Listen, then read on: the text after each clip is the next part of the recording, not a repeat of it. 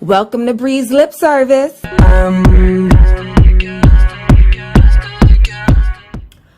What's up? Hey, Boos. I just wanted to come to you. I'm going to say really fast, but I don't know if this is going to be a short video or a long video.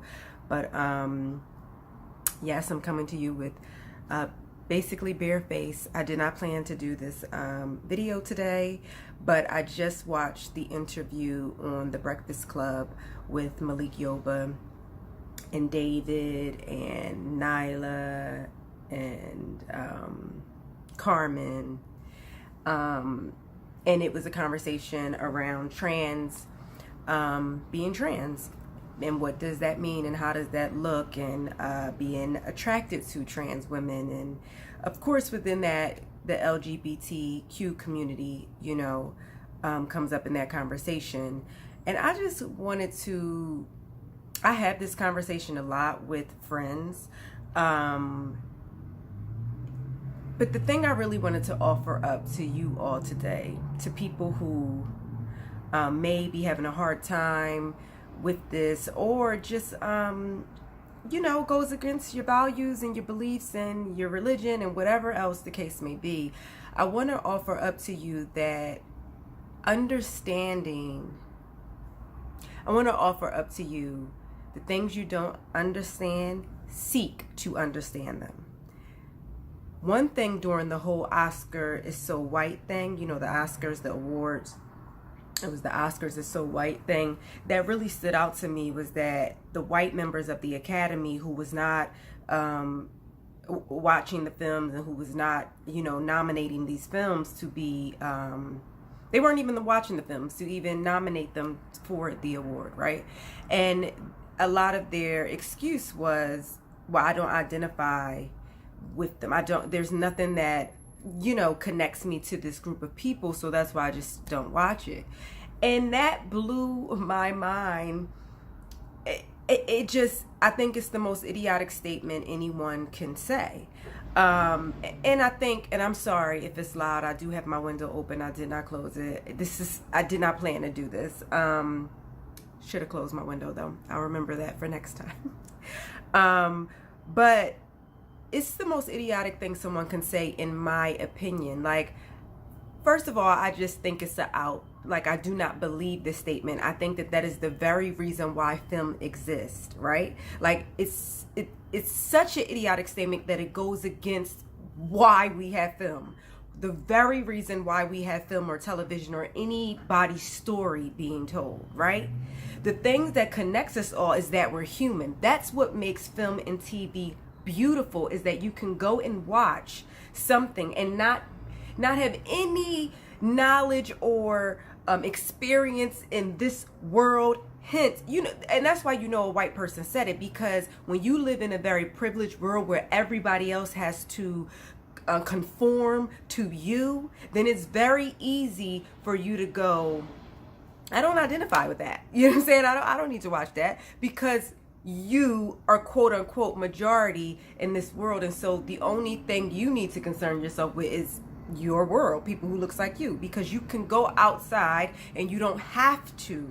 You have the privilege of not needing to care whether black or brown people are being killed every day. You don't have the need, you know, you just don't have it. You live in a very privileged world. So it's the same thing when you get into the gay community, the trans community, and the biggest community that I feel is unseen is the intersex community, which, if you don't know what that is what we used to use the term hermaphrodite for. But hermaphrodite has gotten so much negative connotation that we can't even use the technical term anymore, because people have just made it the dirtiest thing ever. So now we use intersex, right?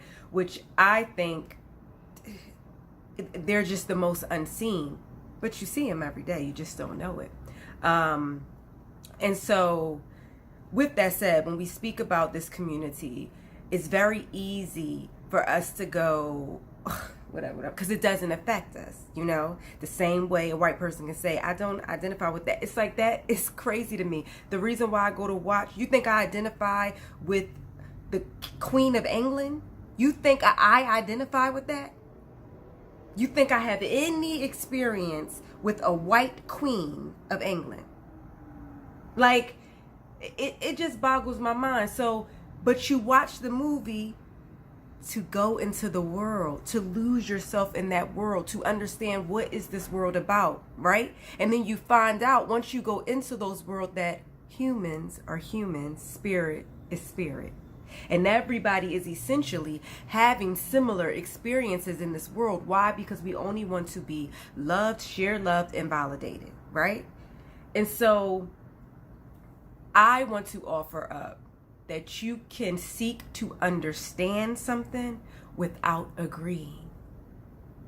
You can understand something without agreeing or becoming that thing. I think there's so much fear around, like, oh, if I watch the show, all of a sudden I'm going to be gay. If I watch, when Pose was first coming out, I was staying with a young lady and her boyfriend would come over, and I was in a different state or whatever, so I didn't really know them. But, it's like tense. It just gets tense. So I'm like, oh, this looks like it's such a good show. I started watching. I'm like, oh, it's so good, you should watch it. And he's a dancer, so he comes from that background, so I'm thinking he would be interested, and he's like, no. It's like this, like, why? You think you're going to watch the show and all of a sudden become trans? Like, you think you're going to watch the show and just become gay? Like, I don't understand why you think it's going to rub off on you. And I do get it more from males than females, obviously, because we put men in these boxes where they can't live, or they can't, if they do, yeah, you are going to call them gay or this or that or whatever the case may be, when they may just try to understand. Anything I don't know, anything I don't understand, I find a documentary on it. I find the real people, I find interviews. Doesn't mean that I walk away saying I'm going to become that. You know what I'm saying? It just means while I understand where they're coming from, I see their story, I see them. And then even though I don't agree, let's say you're one of those people, even though I don't agree, I see the humanity in them. Even though I don't agree, they still, deserve to live. I just want to offer that up. Whether you agree, disagree, I want to offer that up because a lot of us, we love our gay friends. We love them to death. Funny as fuck. How come they so funny? God, they are so fun. You want to know why they so funny? Trauma, survival. You got to learn how to make people smile so you don't die.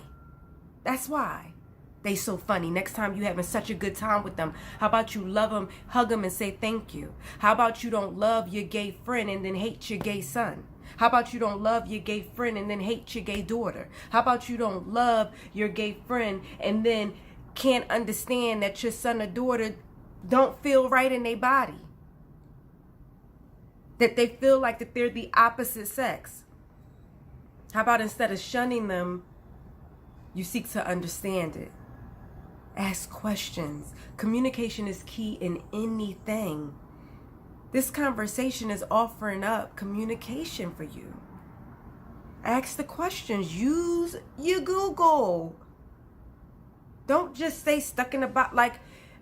And yes, the newer generation is so open to it, which is a beautiful thing, because our older generation is so cut off to it that they do things like I just mentioned. You shut off your whole life from your family member because you just simply have a belief, because somebody told you it was wrong. And there's a lot of you who will shut off your relationships with your family members because they're one thing, but you don't shut off the relationship with your son bringing in the coke money to pay your rent, to pay your bills. You don't shut off the relationship with your boosting daughter that's selling all the jewelry and the clothes at the hair salon. You ain't cutting them off, but you cutting them off because they're gay or transgender. We all, whether you agree or don't agree, we all are human, and we all just want to be safe, and we all just want to love who we love. We want to do it without hate. We want to do it without fear of being killed. You know? You don't understand how a man like Malik Yoba can be attracted to trans women. You don't understand that, but you've seen it time and time again. Like he said, they just haven't talked about it. They just not brave enough to say, yes, I liked it. Except for Richard Pryor. He was brave enough to put it in his book. And you don't understand why he can still say he identifies himself as a heterosexual heterosexual man. It's because he views trans women as how they want to be viewed, which is as women. So that's why he can say, I'm a heterosexual man, and because of what I know is I like women. And so I like women, and if I find out they trans, well shit, that's fine. They're still a woman in my eyes, right? Whether you agree or don't agree, it's like that's not a hard concept to understand.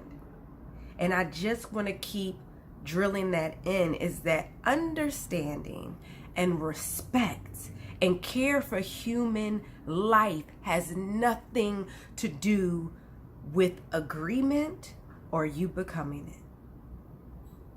Love people for who they are and stop waiting till you're 50 to do it or 70 to do it. I mean, it's better, late than never, but I think it's something to be said for somebody like a little Nas X, I hope that's his name, or just all of these young people that are coming out and okay with who they are. It's something to be said about that, because a lot of trans people do not live up to 35. They don't live that long because they're being murdered. Not because of their own doing, they're being murdered from fear. It's being blown out of proportion. So it's huge for a young person to say, I am who I am.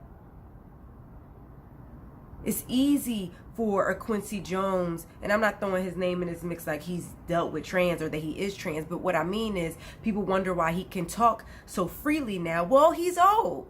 It doesn't affect him the same way. So it's not that impressive to me. I'm not shitting on him. It's great to hear the stories. It's fun, but it's not that impressive to me.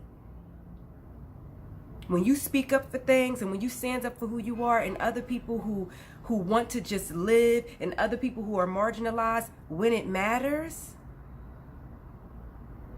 that's impressive to me. So I'm glad Malik Yoba is doing it now. He is of an older generation, but he's not old. He's of an older generation, but I'm glad he's doing it now. I'm glad he's opening up the conversation now. And rightfully so. It's like, it's not that I'm shaming people who don't. I'm encouraging people too, because I understand why you don't. We don't give you room to. We murder you, or we bully you. We make you feel less than. Imagine. It's like, Charlemagne asked, do you think it's too early for a 10-year-old to, be trans? And they asked him, they said, when did you know who you were? He said, well, shit, I don't know. That's a good question. Exactly.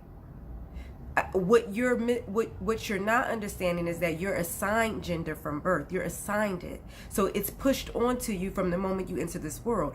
We're not idiots. Yes, we know that there is male and female genitalia. We know that the two procreate, right?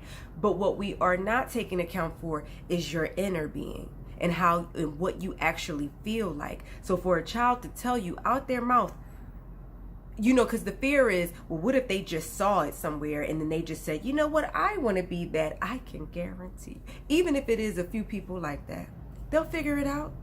Just like some people have had sex with the same partner, and the same sex, and they figure out that ain't for me. That don't make them gay because they had a sexual experience with they figured out that's not for them, right? It's like the guy said, David, on the show, he said, I know that I like strawberry ice cream. I know I don't like chocolate. And I know because I had both. You don't know what you really haven't experienced. That's another thing. And that's the thing that makes people scared to explore, because they think if I dip my toe in, then I'm going to become. But exploring to understand is very different than exploring to participate, right? So you control that. Nobody's forcing you to participate. But I am encouraging you to seek to understand. I've done it myself. And, you know, I've done it without somebody having to tell me. I don't know if it's like the nerd in me or what. Like, I don't really consider myself a nerd, but whatever I want to know, I'll quickly figure it out. You know what I'm saying? And so I watched a documentary years ago. I was young. I was a kid. I couldn't believe it. That's the first time I found out about hermaphrodites. It was a documentary that was on TV. It was like a docu-series. I guess it was like a kind of like one of those 60 seconds show or 60-minute show. But it was very interesting because here was this bodybuilder, this man who, and this is long as fuck. It's 15 minutes, 16 minutes. But here was this man, bodybuilder. You would never know looking at him that he was a female, you know. And he was saying that I just wish they had never chosen my sex at birth, because he was a hermaphrodite. He was intersex, and they chose, because what they do is they pull out all type of tools and they measure how long is the clitoris. If it's too long, then you're a boy. If it's shorter, then you know. A lot of people don't know that everyone starts off as female in the womb. And so as things change and develop, that's when you turn into what gender, physical gender, you're going to be, right? And so sometimes it's both, or stuck in the middle, or we don't know, you know, and forgive me if I don't have the all correct terminology. So, but what they do is they just start pulling out, like, because we're going to figure this out, right? So we're just going to assign you. And now intersex people and their allies are fighting for, like, no, you cannot choose that, doctor, for me, because you don't know what I'm going to feel like inside. And also when puberty comes might change. You know, you don't know. So you don't get to decide that. So we forget that we are something is pushed onto us, right? So you're female and you're male. So then when we come and say, well, wait a minute, no, I'm not, you disregard my own feeling, my own knowingness. Like, who are you to disregard that? You don't get to do that. So no, 10 is not too early to have the conversation and maybe even accommodate the child by doing it. It doesn't mean it's not going to change again. That's okay too. Because again, like I said, puberty happens and all of that. But these things are beyond our understanding when you are not in it. And I just say, seek to understand, and seeking to understand does not mean you become or that you agree. You can still keep your beliefs. You can still not agree, while respecting and honoring the human being that lies before you. Period. Love you. Service.